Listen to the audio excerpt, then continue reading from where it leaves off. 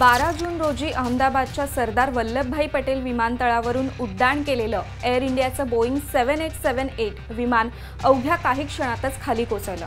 जवळपास 4 दशकांमधील ही भारतीय विमान कंपनीशी संबंधित सर्वात मोठी दुर्घटना होती।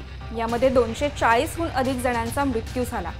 हे विमान ज्या मेडिकल कॉलेज हॉस्टेलवर कोसळलं होतं तिथेही अनेकांनी आपले प्राण गमावले। विमानाच्या इंजिनची वेळोवेळी देखभाल केली नव्हती का? यात पायलटची काही चूक होती का? एअर इंडिया कंपनीचा निष्काळजीपणा होता का? असे अनेक प्रश्न या दुर्घटनेनंतर उपस्थित केले जात आहेत। या घटनेच्या जवळपास 7 दिवसांनंतर एअर इंडियाकडून त्यांची बाजू स्पष्ट करण्यात आली आहे। विमान सुस्थितीत होतं आणि पायलट सुद्धा अत्यंत अनुभवी होते। आम्ही त्या प्रकरणाची चौकशी पूर्ण होण्याची प्रतीक्षा करत आहोत। या अपघाताचं कारण काय असू शकतं याबद्दल कोणत्याही निकषांवर न पोहोचणं चांगलं, अशी प्रतिक्रिया टाटा सन्सचे अध्यक्ष एन चंद्रशेखरन यांनी दिली। या विमानाची सखोल तपासणी जून 2023 मध्येच पार पडली होती आणि येत्या डिसेंबरमध्ये पुढची तपासणी होणार होती।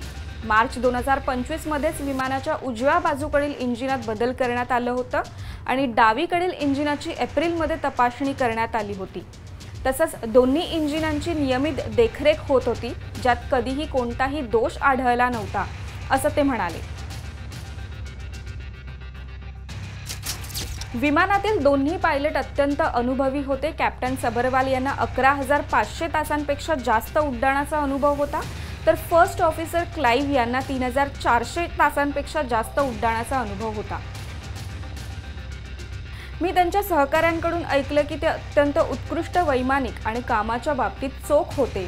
ब्लॅक बॉक्स आणि रेकॉर्डर यामधूनच निश्चितच महत्त्वपूर्ण गोष्टी समोर येतील, त्यामुळे आपल्याला फक्त त्याची प्रतीक्षा करावी लागेल, असं चंद्रशेखरन म्हणाले। 12 जून रोजी अहमदाबादहून लंडन गॅटविकला जाणारं एअर इंडियाचं बोईंग 7878 विमान उड्डाण केल्यानंतर काही क्षणातच कोसळलं होतं। या विमानात 242 प्रवासी होते। हा अपघात इतका भीषण होता की त्यातून फक्त एकच व्यक्ती बचावली।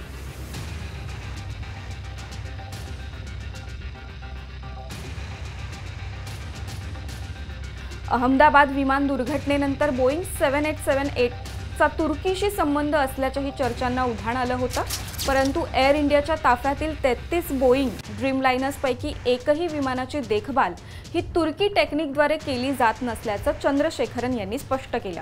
त्याचप्रमाणे बोईंग 787 च्या उत्पादन प्रक्रियेवरील आरोपांबद्दलही विचारलं असता अमेरिकेतील तपास संस्थांकडून या गोष्टी हाताळल्या जात आहेत। बोईंग 787 हे बऱ्याच काळापासून उड्डाणं करत आहेत। आम्ही एअर इंडिया खरेदी केली तेव्हापासून आमच्याकडे 27 787 ची विमानं होती आणि त्यांच्या तपासात कोणत्याही अडचणी आढळल्या नव्हत्या, असं ते म्हणाले। दरम्यान टाटा समूह अपघातग्रस्तांच्या कुटुंबियांना सर्व प्रकारच्या मदतीसाठी नवीन संस्था स्थापन करेल, अशी ही माहिती टाटा सन्सचे अध्यक्ष एन चंद्रशेखरन यांनी दिली आहे।